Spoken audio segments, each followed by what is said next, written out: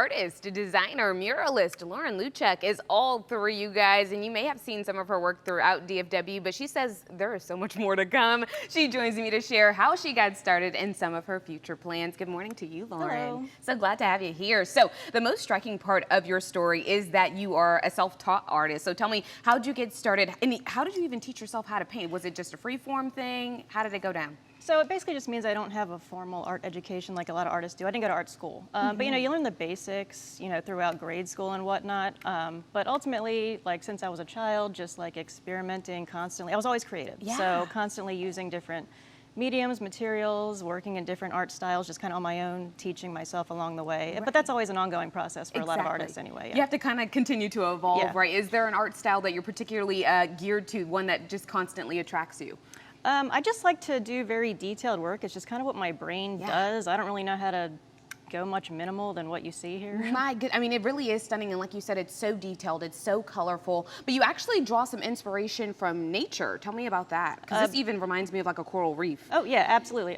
Basically, my only inspirations for the most part are nature oriented. Specifically, when you look at things so close up to the point of like abstraction, and you don't even know what you're looking at anymore. You just see like the colors and the patterns and the textures, and so basically I'm pulling all of that and making my own just compositions out of them. You know, when you say that, it makes me think of almost like when you're a kid and you're in science and they give you a leaf in a microscope and you kind of look all the way down into every texture like that you don't even know that you don't even know is there. I like that, and that's what you're doing here. Now, we generally think of bright colors as happy. What do you want actually people to feel once they look at your art? I was gonna say, yeah, I get that a lot. I'm definitely not trying to convey happiness or any particular emotion. My work's very open to, interpretation. I'm not trying to control the narrative all that much. Like, people will connect with it however they want. I'm of course thinking about particular things as I'm making it. It means a particular thing to me, but not everyone's going to know what that is unless I'm doing like an art talk or they read my statement. So it's just open, and I'm fine with that. It's open to interpretation. Yeah. I like that. I like that. And you know what? There's so many different colors that anybody can pick, and it can go with their home or it can go with their office. It's very easy to kind of fit that art in there. Now, you don't just do smaller art, although this is gorgeous. We get to see her art around DFW, you guys, and you typically do murals, but that is a huge space to fill. It's a pretty big canvas indeed. So what is the process of deciding how you're gonna jump into this? Because it's just larger than life. Yeah, I know it seems daunting to a lot of people. Honestly, once you do one, you kind of got it down. Figure out the process. But, I don't know, my process for murals isn't actually all that different from my studio process. I do like to work intuitively a lot, have like freedom as I go, and I've been very fortunate to have a lot of clients who, let me do that. Right. Don't have to know exactly what they're gonna get in the end. Of course I can do that too, but ultimately it's, kind of the same. Nice. Just time constraints. Can we talk about the mural that started, because you just mentioned after you did the first one, it kind of got a little bit easier. So talk about that first one. Is this it? Oh, this is it right here, actually. This one I did a couple of years ago. That's not my first one, but it's one of my favorites. You guys, look how big it is, because of the simple fact, look how tiny she look in the picture, you guys. And this is absolutely, I mean, this is a job. This is a huge job. My goodness. So tell me how you jumped into that. Was it daunting for you when you were first going into it?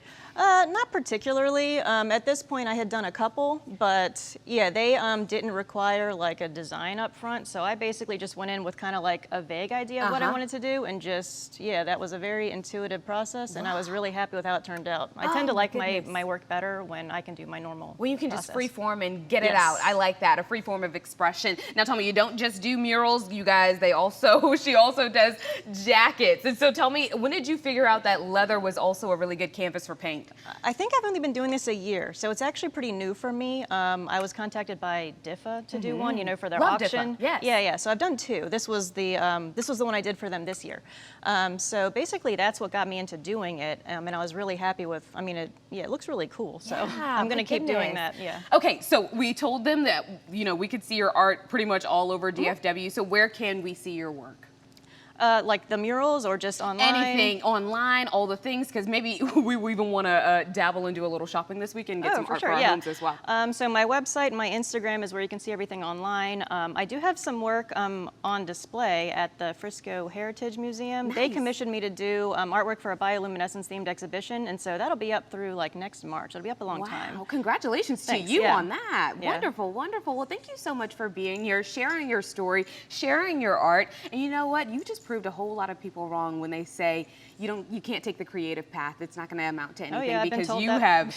you have really set yourself up for a legacy and success going into the future. So thank you so much for being thank you. here. My goodness, so good.